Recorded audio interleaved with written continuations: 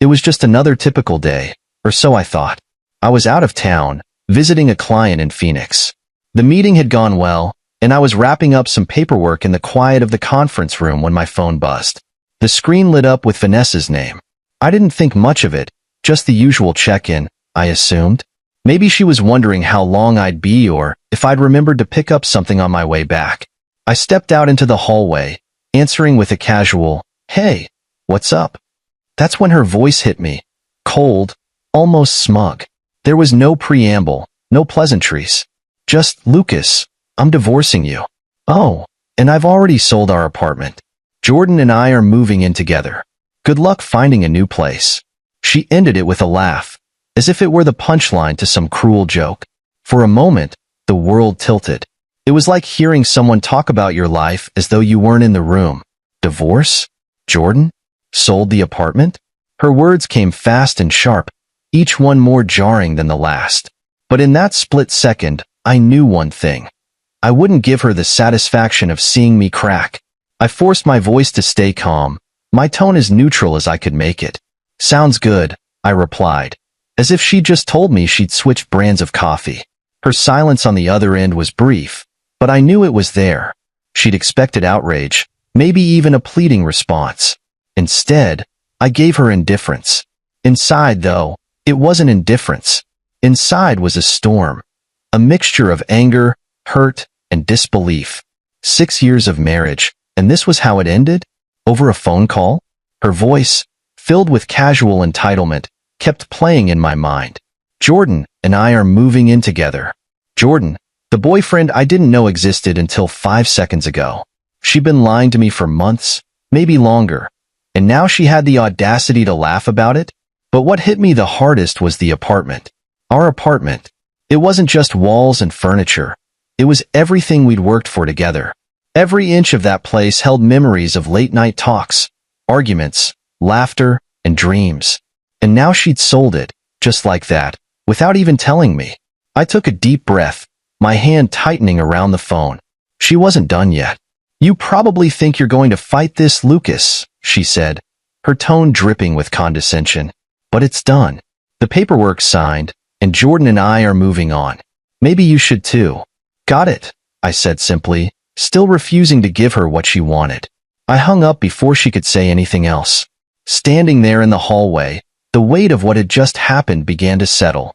My wife had not only decided to leave me, but she'd also orchestrated it with such calculation that I almost had to admire the nerve. Almost. But admiration was far from what I felt. What I did feel, though, was resolve. She thought she'd outsmarted me, thought she held all the cards. But Vanessa didn't know everything. She didn't know about the quiet move I'd made months ago when we refinanced the apartment. She didn't know the deed was solely in my name. And that was her first mistake. I returned to the conference room, sat back down, and stared blankly at the paperwork in front of me. My mind wasn't on the client anymore. It was back home, in that apartment I now knew she and Jordan were planning to claim as their love nest. The betrayal stung, but beneath it, something else was brewing: determination. I wouldn't let her take everything from me. I wouldn't let her laugh her way into a new life while I scrambled to piece mine back together. No, Vanessa didn't realize it yet, but she just handed me the upper hand. As the rest of the meeting dragged on, I kept a poker face, nodding at the right moments and offering polite responses. But my mind was elsewhere, plotting, preparing. By the time I left the building, I wasn't the same man who had answered that phone call. I was ready to fight. Ready to show Vanessa and Jordan exactly what happens when you underestimate someone who's been paying attention all along. The flight home couldn't come soon enough. The plane ride home was uneventful, but my mind was anything but calm. Vanessa's words kept replaying in my head, each syllable a hammer against the walls of our history. The betrayal was bad enough, but the sheer arrogance of her move, selling the apartment, the one thing that had been our shared dream, our first major milestone as a couple, without a second thought, it was like she'd erased me from her life with the stroke of a pen. But here's the thing about Vanessa. She never read the fine print. She was always the type to skim through agreements, signing her name with that same air of confidence she wore like a badge. She left the details to me, trusting that I'd figure it all out. Funny, isn't it? The very habit that had frustrated me for years was now my saving grace. Months ago, when we refinanced the apartment for a lower interest rate, I made a decision. A quiet, calculated move. At the time, it seemed practical. With the new terms, it made sense to transfer the deed into my name alone. I didn't even think twice about it. It was just one of those things you do to streamline the paperwork. Vanessa hadn't objected. In fact, she'd barely looked at the documents before signing them. I hadn't mentioned it since because, honestly, why would I? It wasn't a secret, just a detail that didn't come up. Until now, Vanessa's arrogance blinded her to the reality of the situation. She thought she could sell the apartment and walk away with the money, leaving me in the dust. But she didn't realize that the deed, the one legal document that decided ownership, had my name on it and mine alone. As I sat on that plane, staring at the clouds outside the window, I couldn't help but smile. She'd sold something that wasn't hers to sell. And while I was furious at her betrayal, there was a sense of satisfaction in knowing I held the upper hand. When I landed and turned my phone back on, I had no messages from Vanessa. No smug follow-ups, no taunts. She probably assumed I was too busy wallowing in self-pity to respond. Little did she know, I was gearing up for the fight of my life. My first call wasn't to her. It was to Chloe, my lawyer and an old college friend. I'd helped her move into her first apartment years ago, and she'd always joked that I'd get the family discount if I ever needed her services. Now, it seemed, it was time to cash in. "Lucas," Chloe said when she picked up. "What's going on? You don't usually call me during work hours." I explained everything, the phone call, the apartment, Jordan, and Vanessa's delusions of grandeur. By the time I finished, Chloe was silent for a moment, and then she laughed, a sharp, incredulous laugh. "She sold the apartment?" she repeated. "Lucas, does she even know she can't legally do that?" "Apparently not," I said, the faintest hint of amusement in my voice. "Well," Chloe said, her tone turning serious, "this is going to be interesting. First, we'll need to notify the buyer that the sale is void. If Vanessa's already taken their money, that could open up a whole new can of worms. Fraud charges, for starters." The word fraud sent a jolt of satisfaction through me. Vanessa thought she was so clever, pulling the rug out from under me. But in her rush to start her new life, she'd overlooked one critical detail. "What do you need me to do?" I asked. "For now, gather everything, emails, documents, anything related to the refinancing and the deed," Chloe said. "I'll handle the legal side. But Lucas, if she's already bragging about this to you, she's probably told other people too. She's digging her own grave, and we just need to give her a push." I hung up feeling lighter than I had in days. The betrayal still stung, but knowing that Vanessa's scheme was unraveling gave me a sense of control I hadn't felt since that phone call. When I got home that evening, I didn't waste time. I pulled out the deed, the refinancing paperwork, and every email exchange related to the apartment. Each piece of evidence felt like a small victory, a reminder that Vanessa's carelessness would be her undoing. I placed the documents in a neat stack on the dining table, then sat back and stared at them. This wasn't just about the apartment anymore.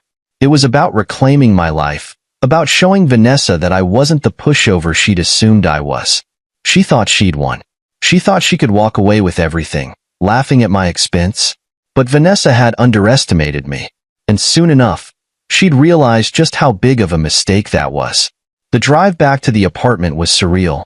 I'd spent the entire flight planning out what I'd say, how I'd handle the confrontation. Vanessa had no idea what was coming, and that thought gave me a strange sense of calm. For once, the scales weren't tipped in her favor. The moment I walked through the door, I could feel it. The apartment was different. Her presence was heavy in the air, but not in the familiar way. No, this was different. It was like she'd claimed the space as her own, as if my existence within these walls was already erased. Her voice reached me before her face did. She was in the living room, chatting animatedly with someone. I turned the corner and stopped in my tracks. There she was, standing next to a man I could only assume was Jordan. He was younger than I expected, tall and smug, with the kind of confidence that comes from thinking you've won a prize. Vanessa spotted me first. Her smile faltered for just a second before she plastered it back on. "Oh, Lucas, you're back," she said, her tone dripping with false cheer. Jordan looked over, and I swear he smirked. He actually smirked, as if I were some minor inconvenience in his new life. "I didn't realize you'd be home so soon," Vanessa continued, her voice carefully neutral. "Jordan and I were just discussing some plans for the apartment." Plans? For my apartment? The audacity of it almost made me laugh. But I didn't. I just stepped further into the room, set my bag down, and looked at them both. "Vanessa," I said, my voice calm but firm, "we need to talk." Her smile wavered. "Lucas, can it wait? We're kind of in the middle of something." "No," I said, crossing my arms. "It can't." Jordan glanced at her, then back at me. "Look, man," he said, his tone patronizing. "I get that this is hard for you, but Vanessa and I—" "This doesn't concern you," I cut in, my eyes never leaving Vanessa's. The room went quiet. Vanessa's confident demeanor began to crack as I pulled out the deed from my bag. I held it up, letting the silence hang heavy in the air. "What's that?" she asked, her voice tight. "It's the deed to this apartment," I said, my tone steady. "The one that's in my name. Only my name." Her eyes widened, and for the first time, I saw a flicker of panic. "What are you talking about?" she asked, though her voice lacked the usual confidence. "After we refinanced, I had the deed transferred to my name. You signed the paperwork without even reading it, remember?" I paused, letting the weight of my words sink in. "So no, Vanessa, you didn't sell this apartment. You can't sell something you don't own." Jordan's smirk vanished. He turned to her, confusion and irritation written all over his face. "Is this true?" he demanded. "Of course not," she snapped, though her voice wavered. She turned back to me, her eyes narrowing. "You're lying." I didn't bother arguing. I simply set the deed on the coffee table in front of them. Jordan picked it up, scanning the document. His expression darkened as he realized the truth. "Vanessa," he said slowly, "what is this?" She sputtered, her confidence unraveling. It's nothing. He's just trying to scare us." I let out a dry laugh. "Scare you?" "Vanessa, I'm just getting started. The sale you made? Void. The money you've taken? If you've spent a single cent of it, you're looking at fraud charges." Her face went pale. "You're bluffing." "Am I?" I countered, stepping closer. "Go ahead. Call your buyer. See how they feel about being scammed." Jordan stepped back, holding up his hands. Whoa. Fraud? Scammed? I didn't sign up for this." He looked at Vanessa, his tone turning accusatory. "You said this place was yours, that you'd already sold it." "It is," she insisted, her voice growing desperate. "I mean, it was supposed to be." Jordan shook his head, taking another step back. "I'm not getting involved in this mess," he muttered. I crossed my arms, watching the cracks spread in their little fantasy. "So," I said, addressing them both, "here's how this is going to work. Vanessa, you're going to pack your things and leave. You too, Jordan. You have no right to be here, and I'm done playing nice." "You can't do this," Vanessa hissed, her voice trembling with anger. "This is our home." "No," I said firmly. "This is my home, and you're not welcome in it anymore." Jordan didn't need any more convincing. He grabbed his coat and headed for the door, throwing one last look at Vanessa.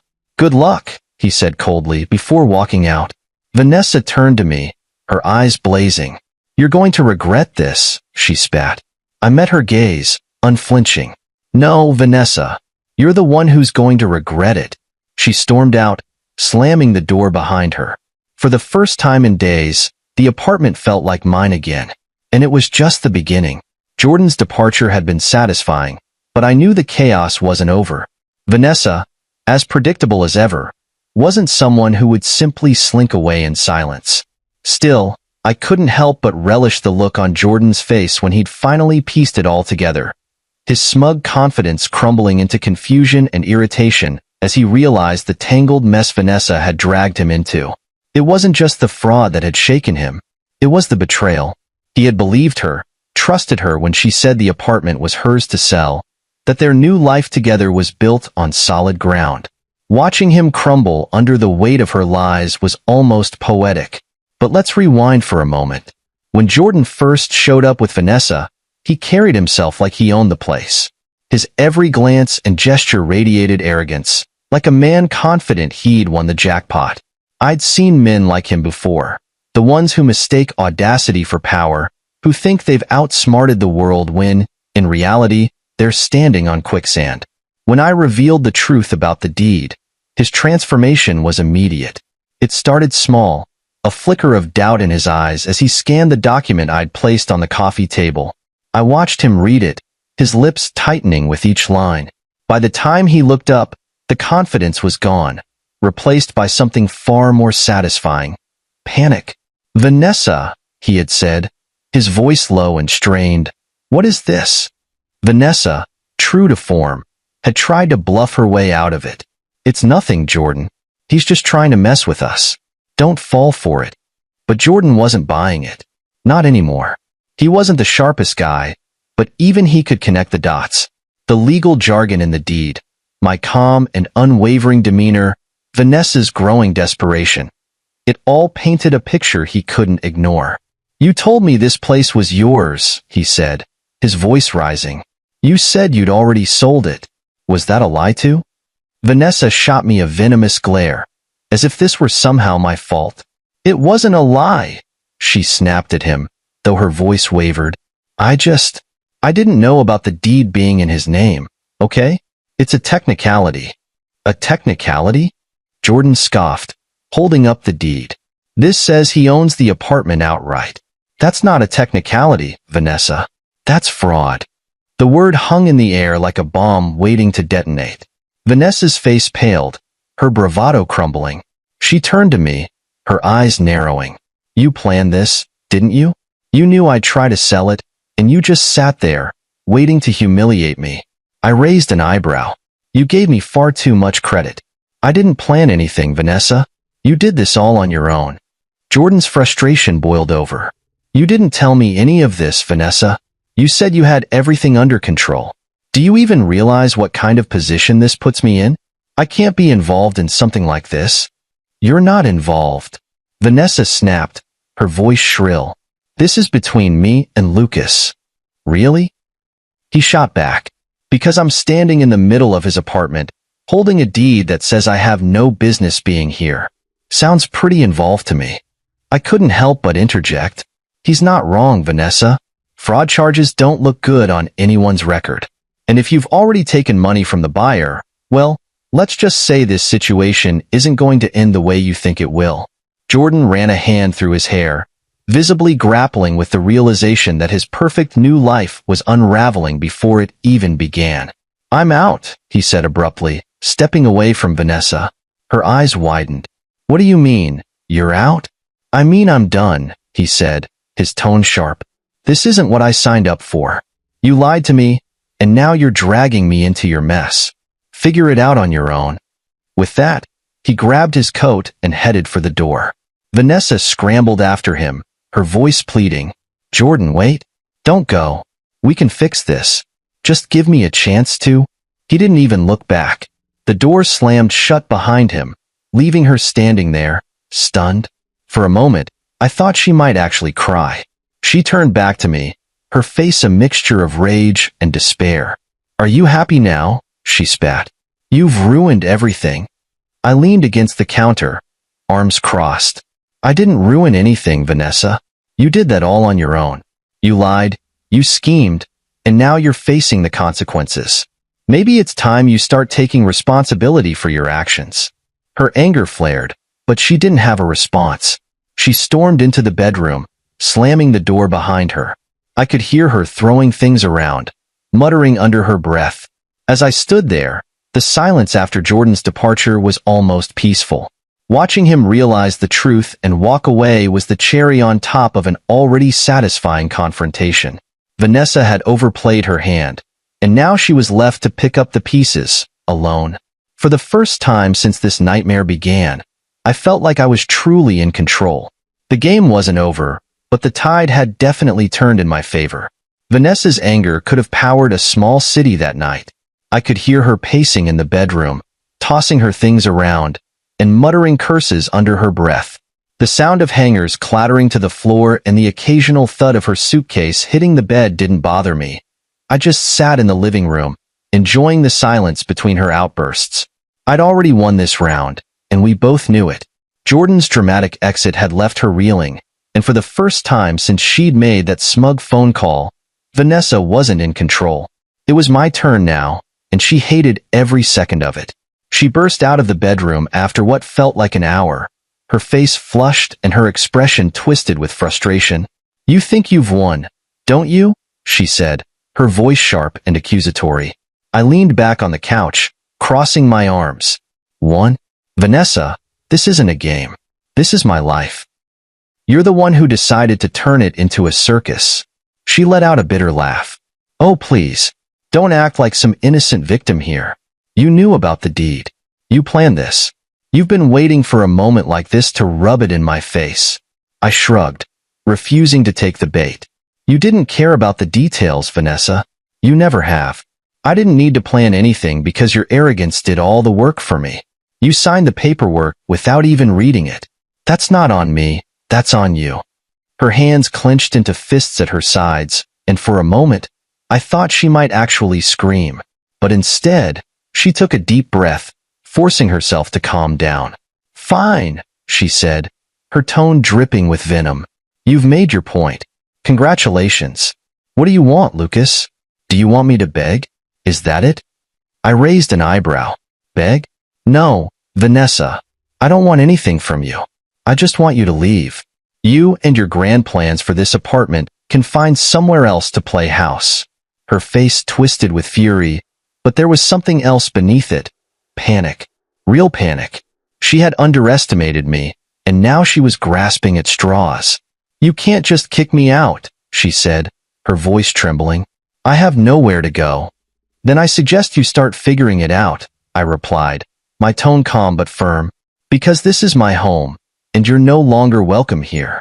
She stared at me, her lips trembling as she tried to come up with a response. Finally, she let out a frustrated growl and stormed back into the bedroom. Moments later, she emerged with a suitcase in tow. "You're going to regret this," she said, her voice shaking with a mix of anger and desperation. I stood, meeting her gaze with steady resolve. "No, Vanessa, you're the one who's going to regret this. You thought you could sell this apartment, take the money, and waltz off into the sunset with Jordan. Now look at you. No apartment, no money, and no boyfriend." She flinched at my words, but she didn't say anything. She just stood there, her hands tightening around the handle of her suitcase. "I'll give you a few days to figure out where you're going," I continued. "But make no mistake, you're leaving. And the sooner, the better." Her eyes burned with fury, but she didn't argue.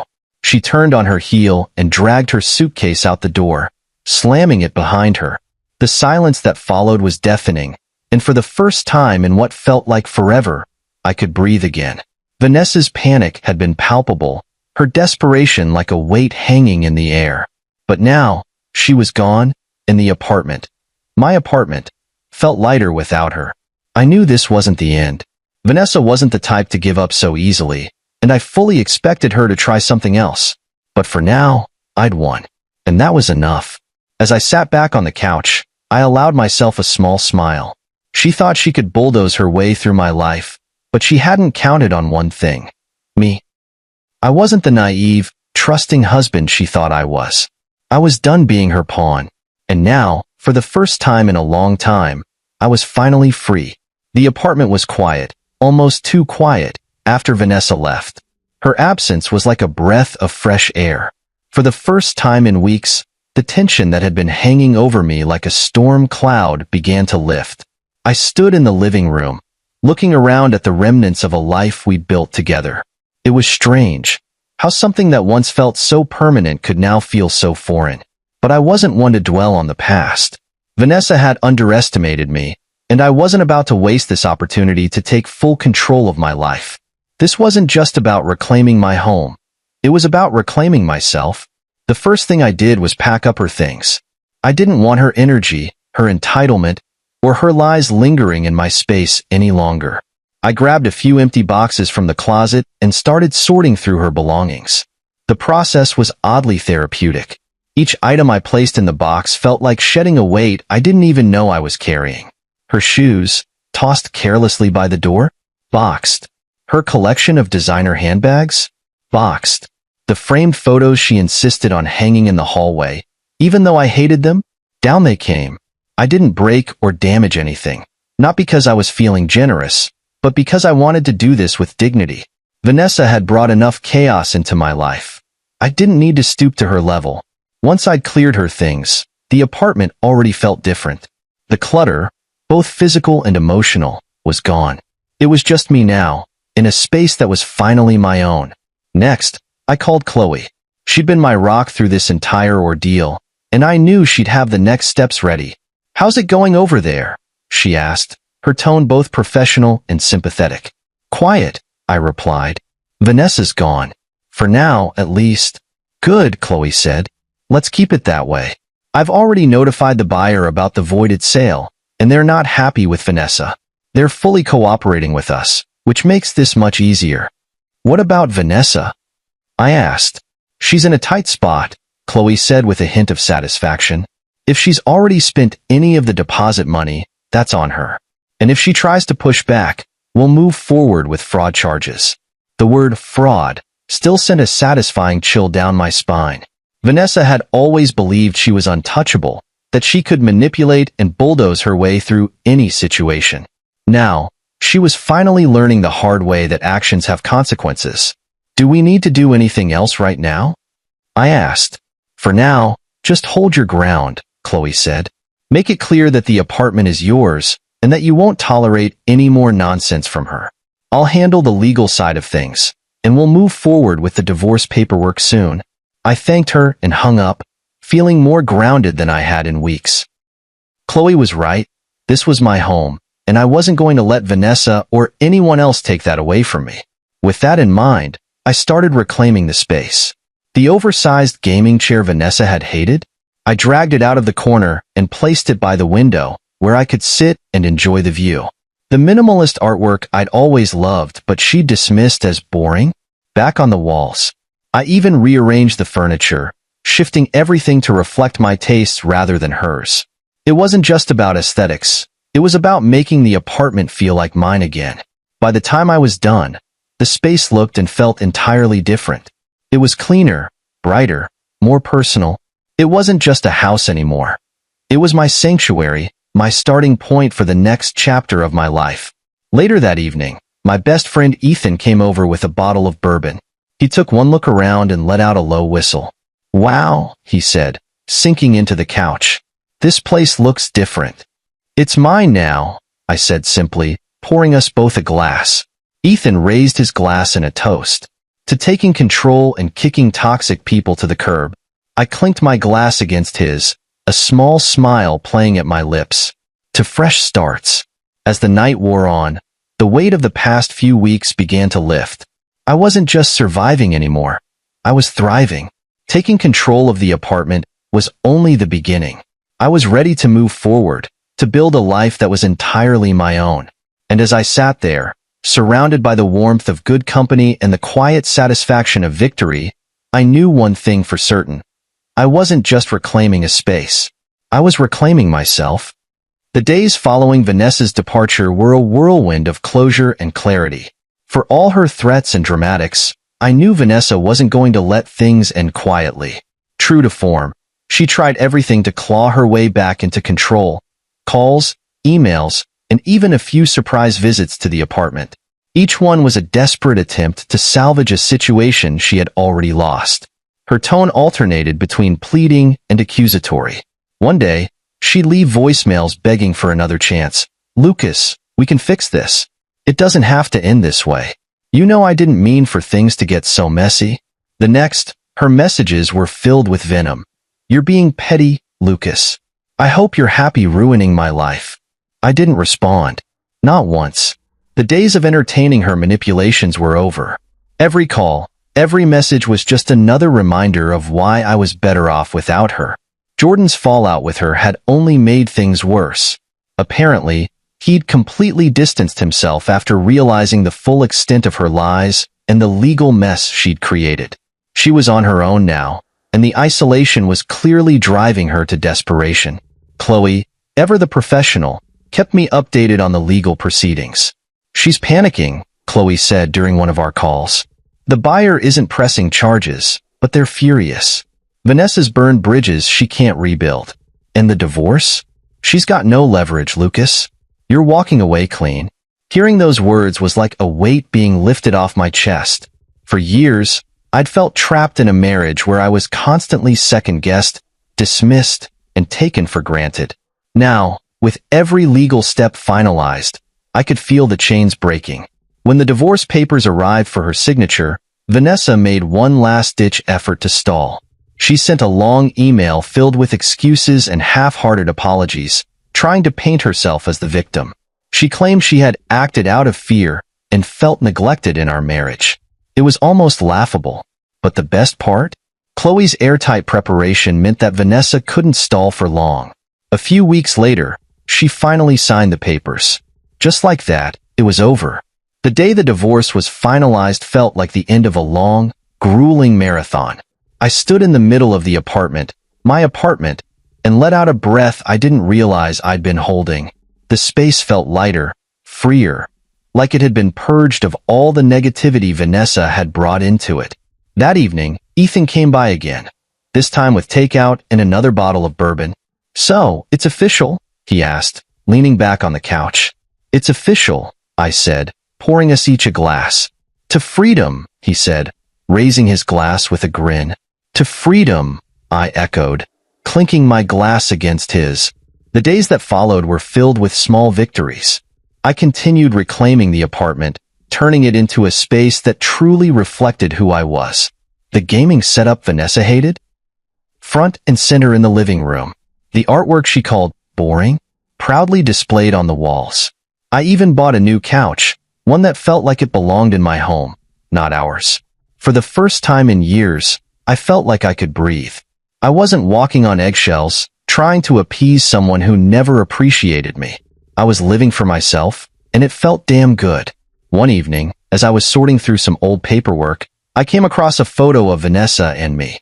It was from the early days of our marriage, back when things still felt hopeful. We were smiling, arms around each other, looking like a couple who had it all figured out. I stared at the photo for a long moment. There had been good times, sure, but they were buried under years of neglect, manipulation, and betrayal. That photo was a snapshot of a moment that no longer existed, a life that had ended long before that phone call. I slipped the photo into an envelope and tucked it away in a drawer. It wasn't something I wanted to see every day, but I wasn't ready to throw it away, either. It was a part of my past, but it didn't define me. The apartment had become more than just a place to live. It was a symbol of my resilience. I'd fought for it, stood my ground, and come out on top. It was a reminder that I was capable of reclaiming not just my space, but my life. In the weeks that followed, I started planning for the future. The divorce had closed one chapter, but it also opened the door to endless possibilities. I didn't know exactly what the next step would be, but I knew one thing for certain. It would be on my terms. For the first time in years, I felt truly free. Free from Vanessa, free from her lies, and free from the weight of a marriage that had been dragging me down. As I sat on my newly purchased couch that night, a glass of bourbon in hand and the city lights twinkling outside, I couldn't help but smile. This was my life now. Simple, peaceful, and entirely mine. The weeks following the divorce felt surreal, like waking up from a nightmare and realizing the sun was finally shining again. The legal battles were over, Vanessa was out of my life, and the apartment, my sanctuary, had become a symbol of everything I'd fought to reclaim. But what came next was the part one hadn't expected: peace. It was the kind of peace that came with knowing I'd survived something that could have broken me. I didn't just survive, though. I thrived. I rebuilt, one small step at a time, and each step brought me closer to a life that felt entirely my own. I started with the apartment. It wasn't just about redecorating. It was about turning the space into a reflection of who I was without Vanessa's influence. The oversized gaming chair I loved, but she loathed? It had a new home by the window, where I could sit and look out over the city while losing myself in a good game. The minimalist artwork she'd once dismissed as boring was back on the walls, and I even splurged on a new couch. A sleek, modern piece that fit perfectly with the new vibe of the place. The transformation wasn't just physical, it was emotional. Each change I made felt like a step toward reclaiming my identity. The apartment was no longer a shared space filled with compromise and resentment. It was mine, a sanctuary that radiated warmth, freedom, and possibility. One evening, as I was reorganizing a closet, I came across a box of old photos. Among them was one of Vanessa and me, taken during the early days of our marriage. We were smiling, arms around each other, looking like a couple who had it all figured out. I stared at the photo for a long moment. It was strange, seeing a version of myself that felt so far removed from who I was now.